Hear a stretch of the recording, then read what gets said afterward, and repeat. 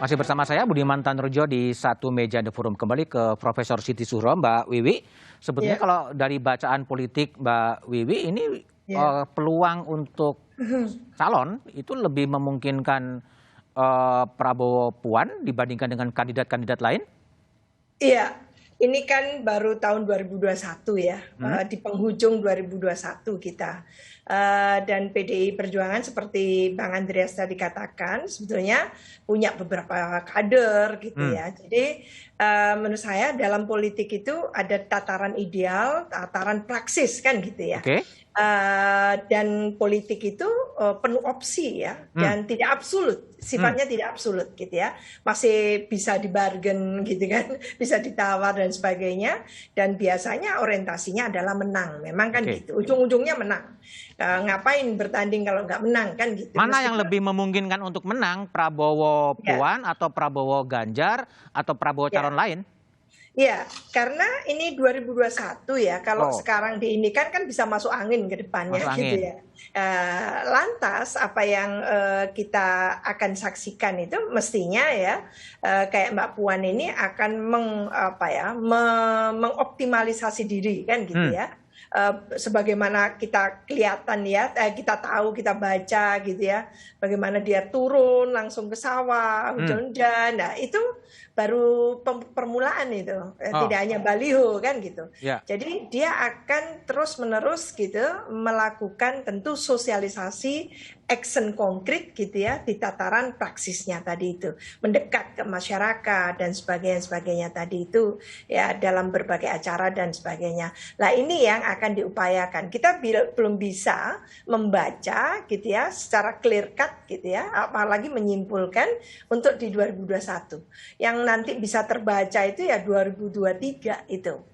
Mulai ya, kemana ini, sudah mumpuni betul gitu ya, paling tidak investasi yang dilakukan itu, modalitas yang dimiliki itu sudah betul-betul firm atau belum kan gitu. Nah, Tapi ini yang Mbak Wiwi, kalau kita baca ya, sejumlah lembaga survei, meskipun Mbak Puan sudah pasang baliho dan juga sudah ya, muncul di sawah, hujan-hujan, elektabilitasnya iya. belum cukup signifikan ya. Itu Iya, iya, iya. Ini baru awal ya. baru Saya awal ya. termasuk yang mendorong perempuan itu mencalonkan diri. Oke, oke. Perempuan itu Mas Budiman jumlahnya 49% koma ya. Oke. Jadi tipis lah jumlahnya, sekitar Hmm, bedanya dengan kaum laki-laki. ya. Jadi masa iya sih kaum perempuan tidak bisa berkompetisi, berkontestasi gitu ya. Oh. Jadi menurut saya tidak hanya Mbak Puan, nanti siapa kita dorong lagi kan gitu ya. Ah. Jadi adalah fungsi representasi. Siapa Tadi kan lagi? Siapa lagi Mbak Wiwi selain Mbak Puan, Bu Mega, Mbak Yeni Wahid atau siapa gitu?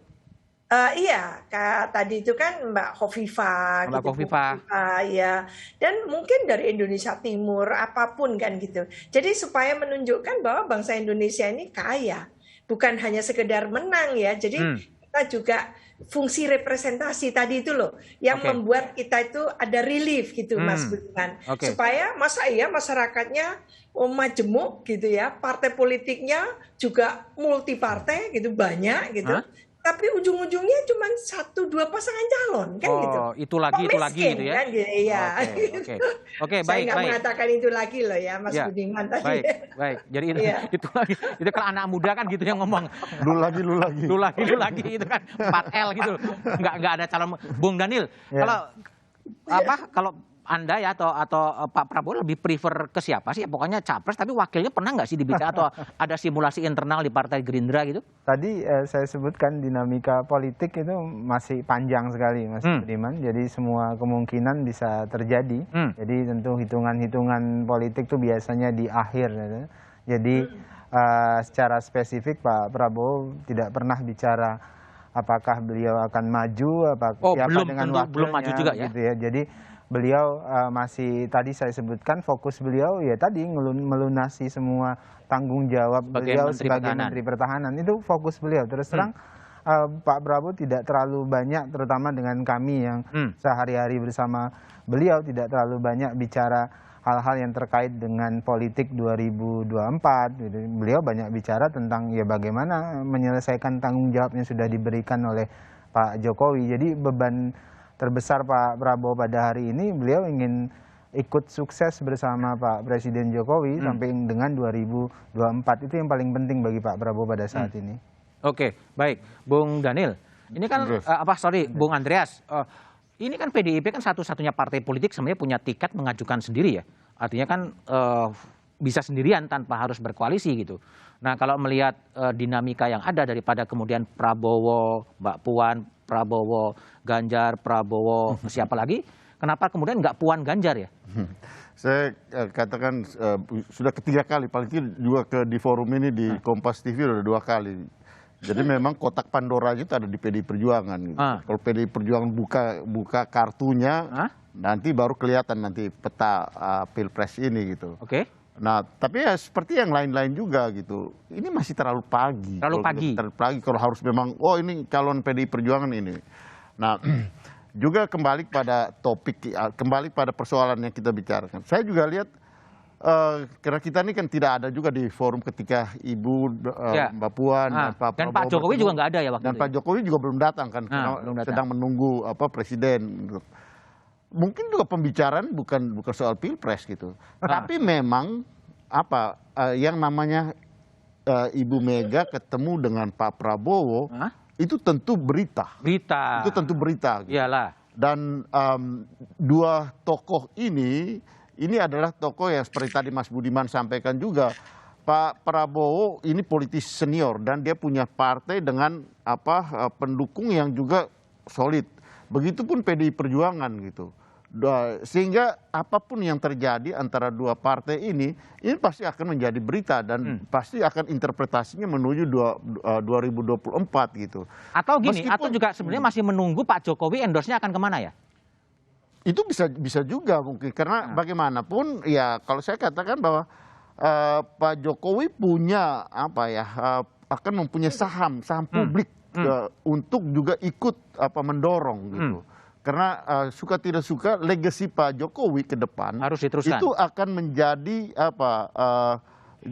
arah penunjuk siapa yang kira-kira akan disukai, terutama mereka-mereka yang dulu begitu fanatik mendukung Pak Jokowi gitu. Sehingga dinamika ini akan menentukan dan akan berjalan menuju pada 2024. Mas Budiman, oke, silakan. Saya mau melanjutkan tadi apa yang disebutkan Bang Mardhani ya. Saya pikir kan partai politik itu harus mampu menjadi produsen kepemimpinan di Indonesia. Jadi memproduksi kader-kader pemimpin bangsa. Oleh sebab itu saya pikir penting memang mendorong calon-calon dari partai politik untuk muncul. Karena terus terang misalnya kalau kita boleh jujur ya, Gerindra, PDIP selama ini kan kader-kadernya yang termasuk yang paling banyak sudah muncul juga ya? Iya, muncul dan ingin dibeli. Bahkan Bang Mardhani saja kan ingin beli kader Gerindra, ibaratnya dalam tanda kutip tadi kan Sandiaga misalnya segala macam.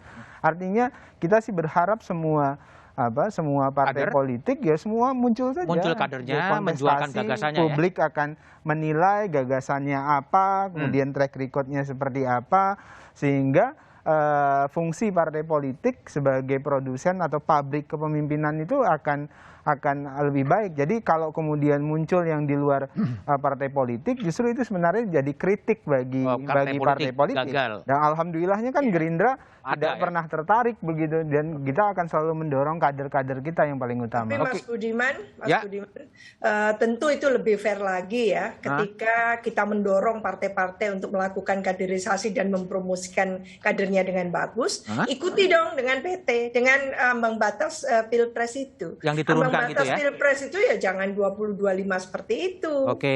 Dizerokan lah. Baik. Hanya partai-partai yang ada di DPR saja yang bisa mengusung. Nah itu. Baik. Jadi, Bung Mardhani, jadi kalau PKS sendiri nanti ini gimana? Akan membangun koalisi sendiri dengan mengusung Ustadz Salim gitu? Atau bergabung ke Gerindra dan ke PDIP? Atau gimana dalam dinamika internal di PKS? Semua partai melakukan multi-track strategi, Mas Budiman. Multi-track strategi. Tokohnya sendiri. Yang kedua, semua harus bangun koalisi dan komunikasi.